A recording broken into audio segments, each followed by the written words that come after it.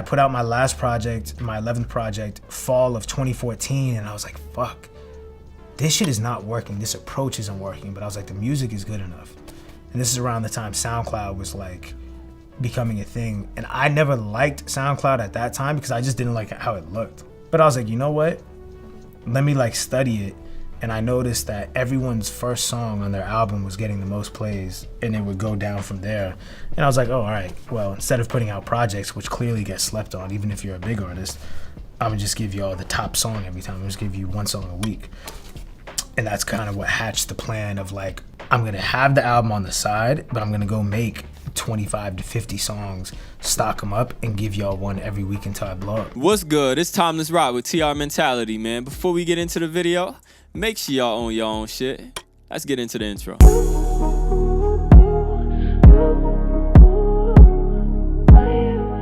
Before we go any further in the video, man, make sure you go ahead and leave a like, comment, subscribe, and follow me on Instagram at TimelessRoc Music. And make sure you go ahead and share this video with anybody who can relate and need this information. In this clip, we got Russ talking about why you have to study the game if you want to become successful. And man, this applies to everything in life, man. You have to be a student of the game no matter what you do, man. If you're an athlete, if you're in the business world, if you're a music artist, you have to study the game. You always got to look for tendencies in the field. If you're a music artist, we saw how Russ talked about in this video how he studied the game on SoundCloud. He was able to look and see that when it came to albums, people would listen to the top song, or they would listen to, you know, the song with a big feature, or the ones that had the most numbers. Other than that, they didn't really listen through however many songs is on the album. So he took that information and he went ahead and said, okay, so if they're willing to listen to the first song but not the rest, how can I go ahead and change my approach to make sure that they listen more to every song I put out? Because I know me personally as an artist, and I know a lot of people out there can relate to me on this. When you drop an album, man, you put a lot of work into it. Say you put 10 tracks on the album, you know that you put your all into every single one of those tracks. But when you drop the album, if people don't really know who you are and they don't really have too much reason to listen to you that much, they're not going to invest so much time to listen to 1 through 10. If they know you, they're going to listen to the first song, and then from there it's just, you know, it's going to teeter out. As artists, I always do the same thing, and I encourage y'all to do the same. You got to look at everything from your own view. So even though you're the artist and obviously you have your own bias, you got to look at it from the consumer or audience point of view and realize, okay, what would I have done in this situation? And we spoke on this before, man. If somebody come up to you and they tell you to listen to that album, are you really gonna listen to the full album? Now, if you listen to any songs, you're most likely just gonna listen to the first song and then you're gonna move on. But going back to the tendencies, man, if you study the game, you'll pick up on tendencies. Just like as an athlete, man, when you study film, man, you're studying film to look at the best player on the other team's tendencies. What do he like to do? What's his favorite spots? What dribble moves do he do? Okay, he likes to go right. And you do all that just because you want to make sure that you're minimizing his opportunity to get to his favorite spots. You want to make sure that you give yourself the best opportunity to get him in an uncomfortable position so that he doesn't perform to his best ability. And when it comes to this music thing, you got to look at the tendencies of the audience. And same with business, man. You got to look at the tendencies of a consumer. And that all comes from studying the game. Just like writing music, you're not going to become a great songwriter if you're not writing a lot of music. So just like this, you have to study the game. The more often you study the game, the more tendencies you'll pick up on, and you'll start to understand why people do what they do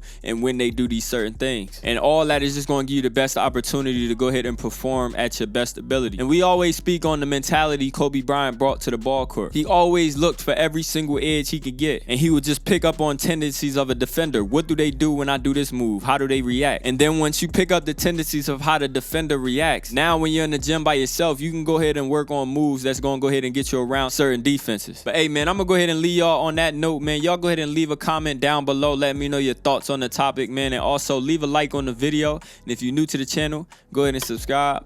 And I'm out of here, man. I could take you all around the world, take you shopping, buy you all the diamond pearls. Still remember them days I was fumbling back. Now a nigga boss, stuck in money like I lost. No, I never wanna visit them days.